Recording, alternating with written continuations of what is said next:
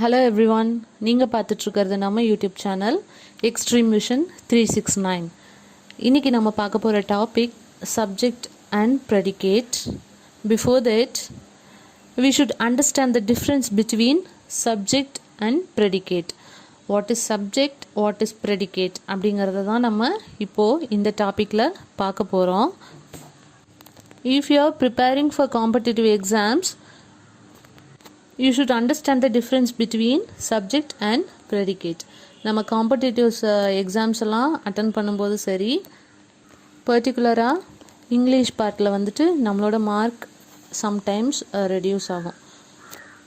எதனாலனா minute mistakes, நம்ம பண்ணுற சின்ன சின்ன மிஸ்டேக்ஸ், அது மூலமாக கூட நம்மளுக்கு மார்க்ஸ் வந்து ரெடியூஸ் ஆக சான்சஸ் இருக்குது. அது எப்படின்னா, இது எய்தர் ரிலேட்டட் டு கிராமராக இருக்கலாம் or because of non clarity of the basic concepts.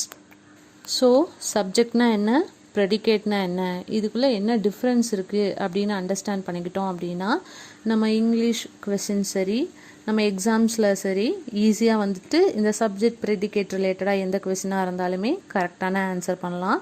So நம்ம இப்போது டாபிக்குள்ளே போவோம், subject and predicate. First, what is subject அப்படின்னு பார்த்தோன்னா, it shows what the sentence is about. அதாவது ஒரு சென்டென்ஸ் யாரை பற்றி பேசுது, இந்த சென்டென்ஸ் யாரை பற்றி பேசுது அப்படின்னு சொல்கிறது தான் சப்ஜெக்ட்.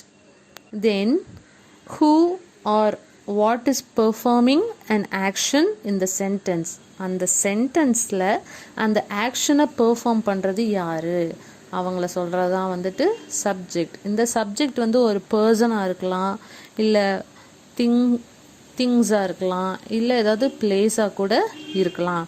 தென் ப்ரெடிகேட் அப்படின்னா, it tells that what the subject is doing or what the subject is. Predicate என்ன சொல்லுது அப்படின்னா, அந்த ப்ரெடிகேட் வந்துட்டு சப்ஜெக்ட் என்ன செய்யுது அப்படின்னு சொல்கிறது தான் ப்ரெடிகேட். யார் அந்த ஆக்ஷனை பெர்ஃபார்ம் பண்ணுறாங்க அப்படின்னு சொல்கிறது சப்ஜெக்ட், அந்த சப்ஜெக்ட் என்ன வேலை செய்யுது அப்படின்னு சொல்கிறது தான் இந்த predicate. Every complete sentence contains 2 part. So இந்த ஒவ்வொரு கம்ப்ளீட்டான மீனிங்ஃபுல்லான சென்டென்ஸ்லையுமே என்ன இருக்குன்னா 2 பார்ட்ஸ் இருக்கும். அதுதான் இந்த சப்ஜெக்ட் அண்ட் ப்ரெடிகேட். ஸோ நம்ம இப்போது அதுக்கான எக்ஸாம்பிளை பார்ப்போம். Lucy and her dog run on the beach everyday. இந்த சென்டென்ஸில் எது சப்ஜெக்ட் எது ப்ரெடிகேட் அப்படிங்கிறத நம்ம கிளியராக பார்ப்போம். Lucy and her dog run on the beach everyday. So இந்த எக்ஸாம்பிளை வச்சு ஃபர்ஸ்ட்டு கொஸ்டின் கேட்கணும், யார் டெய்லியும் பீச்சில் ஓடுறாங்க, ரன் பண்ணுறாங்க, வாக்கிங் போகிறாங்க அப்படின்னு கேட்டோம் அப்படின்னா அது வந்துட்டு ஒரு ஆன்சர் நம்மளுக்கு கொடுக்கும். Who run on the beach everyday. அப்போ என்ன ஆன்சர் நம்மளுக்கு கிடைக்கும், Lucy and her dog. So இந்த லூசி அண்ட் ஹெர் டாக் அப்படிங்கிறதான் வந்துட்டு சப்ஜெக்ட். ரிமைனிங் இருக்குல்ல, run on the beach everyday, இதுதான் வந்துட்டு ப்ரெடிகேட். சப்ஜெக்டை கண்டுபிடிக்கிறதுக்கு ஈஸியான வே என்ன அப்படின்னா, ஃபர்ஸ்ட்டு அந்த சென்டென்ஸில் எது வேர்ப் அப்படிங்கிறத நம்ம ஃபைண்ட் பண்ணணும். இந்த சென்டென்ஸில் வேர்ப் எது, ரன், அதுதான் வந்துட்டு வேர்ப். ஸோ நம்ம என்ன பண்ணணும் அப்படின்னா, before the verb we should place who அப்படிங்கிற ஒரு வேர்டை ரன் முன்னாடி நம்ம பிளேஸ் பண்ணி கொஸ்டின் கேட்கணும். Who run on the beach everyday. அப்போ கொஸ்டின் கேட்கும்போது அதுக்கு என்ன ஆன்சர் நமக்கு கிடைக்குது அப்படின்னா, Lucy and her dog. So the subject is Lucy and her dog. So என்ன அப்படின்னா, subject answers the question who or what or whom. இந்த மாதிரி கொஸ்டின்ஸ்க்கு எப்போவுமே நமக்கு ஆன்சர் பண்ணும். தென் வேர்பை ஃபாலோ பண்ணி வர ரிமைனிங் வேர்ட்ஸ் எல்லாமே predicate. Run on the beach everyday, இது வந்துட்டு ப்ரெடிகேட். செகண்ட் எக்ஸாம்பிள் பார்ப்போம். The audience littered the theatre floor with torn wrappings and spilled popcorn. இந்த சென்டென்ஸில் எது சப்ஜெக்ட் எது ப்ரெடிகேட் அப்படின்னு கண்டுபிடிப்போம். ஃபர்ஸ்ட்டு இந்த சென்டென்ஸோட மீனிங் பார்ப்போம். The audience littered the theatre floor with torn wrappings and spilled popcorn. littered அப்படின்னா குப்பை. torn wrappings and spilled popcorn அப்படின்னா நிறைய கிழிஞ்ச பேப்பர் இதெல்லாம் போட்டிருக்காங்க. தென் ஸ்பில்டு பாப்கார்ன் அப்படின்னா பாப்கார்ன் எல்லாம் அங்கங்கே சிந்தி கிடக்கு. ஸோ இதுதான் இந்த சென்டென்ஸோட மீனிங். என்ன அப்படின்னா ஆடியன்ஸ் என்ன பண்ணியிருக்காங்கன்னா தியேட்டரில் எல்லாம் குப்பையாக போட்டு வச்சுருக்காங்க. ஃபுல்லாக பாப்கார்ன்லாம் சிந்தி தியேட்டர் ஃபுல்லாகவே வந்துட்டு ரொம்ப குப்பையெல்லாம் போட்டு வச்சுருக்காங்க அப்படிங்கிறத அதோட மீனிங். ஸோ இந்த சென்டென்ஸில் ஃபஸ்ட்டு நம்ம வேர்ப் எதுன்னு கண்டுபிடிக்கணும். இதில் வேர்ப் எது அப்படின்னா லிட்டர்ட்.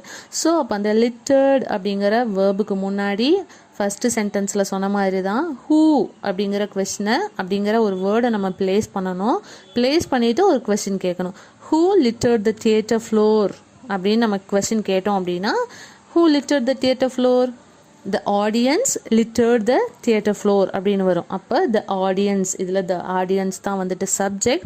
remaining இருக்குல்ல littered the theater floor with torn wrappings and spilled popcorn, இதுதான் வந்துட்டு நமக்கு predicate. ஸோ அந்த வேர்ப்லேருந்து கம்ப்ளீட்டாக வர சென்டென்சஸ் எல்லாமே என்ன அப்படின்னா predicate அப்படின்னு சொல்லுவோம். இந்த predicate எப்போவுமே வந்துட்டு இந்த வேர்பை இன்க்ளூட் பண்ணி தான் ப்ரெடிகேட்டே வரும். ஓகே, இது வந்துட்டு நார்மல் ஸ்டேட்மெண்ட். இதுவே இம்பரேட்டிவ் சென்டென்ஸ். இம்பரேட்டிவ் அப்படின்னா நம்ம கமாண்ட் பண்ணுறது, ஆர்டர் பண்ணுறது, ரிக்வெஸ்ட் பண்ணி கேட்குறது, இதெல்லாம் தான் வந்துட்டு இம்பரேட்டிவ் சென்டென்ஸ் அப்படின்னு சொல்லுவோம். இப்போ எக்ஸாம்பிள் ப்ளீஸ் சொல்கிறோம்ல, தென் கைண்ட்லி அந்த மாதிரி சொல்கிறது வந்துட்டு ரிக்வெஸ்ட் பண்ணி கேட்குறது. இதுவே வந்துட்டு open the window, close the window, close the door இப்படிலாம் சொல்கிறது வந்துட்டு நம்ம ஒருத்தவங்களுக்கு ஆர்டர் பண்ணுறது. ஸோ இந்த மாதிரி சென்டென்ஸ் எல்லாம் வருது அப்படின்னா க்ளோஸ் த டோர். இப்போ எக்ஸாம்பிள் க்ளோஸ் த டோர் அப்படிங்கிற ஒரு சென்டென்ஸ் நமக்கு இருக்குது. இந்த சென்டென்ஸில் எப்படி வந்துட்டு சப்ஜெக்டை கண்டுபிடிக்கிறது, எப்படி சப்ஜெக்டை ஃபைன் பண்ணுறது அப்படின்னா எவ்ரி இம்பரேட்டிவ் சென்டென்ஸ்லேயும் சரி, எந்த அப்பார்ட் ஃப்ரம் ஸ்டேட்மெண்ட் ஒரு சென்டென்ஸ் வந்துட்டு சப்போஸ் இம்பரேட்டிவ் சென்டென்ஸாக இருந்ததுன்னா if it starts with verb அப்படின்னா அந்த வேர்புக்கு முன்னாடி நம்ம எப்போவுமே ஒரு வேர்டு வந்துட்டு ப்ளேஸ் பண்ணுவோம். என்ன அப்படின்னா யூ, YOU, அந்த வந்து second person singular as well as plural. இந்த யூவை வந்து ப்ளேஸ் பண்ணி தான் நம்ம வந்துட்டு சப்ஜெக்டை கண்டுபிடிக்கணும். எக்ஸாம்பிள் க்ளோஸ் த டோர் அப்படின்னு இருக்குது. அந்த க்ளோஸ் தான் நமக்கு வேர்பு. அந்த வேர்புக்கு முன்னாடி YOU இருக்கிறதா நம்ம வந்துட்டு நினச்சிக்கணும். YOU நம்ம ப்ளேஸ் பண்ணணும். ஸோ அந்த YOU தான் வந்துட்டு சப்ஜெக்டு. பேலன்ஸ் இருக்கிற க்ளோஸ் த டோர் வந்துட்டு ப்ரெடிகேட். எப்போவுமே இம்பரேட்டிவ் சென்டென்ஸ் முன்னாடி யூ இருக்கிறதா நம்ம வந்துட்டு அண்டர்ஸ்டாண்ட் பண்ணிக்கணும். இதுதான் வந்துட்டு ஈஸியான மெத்தட்.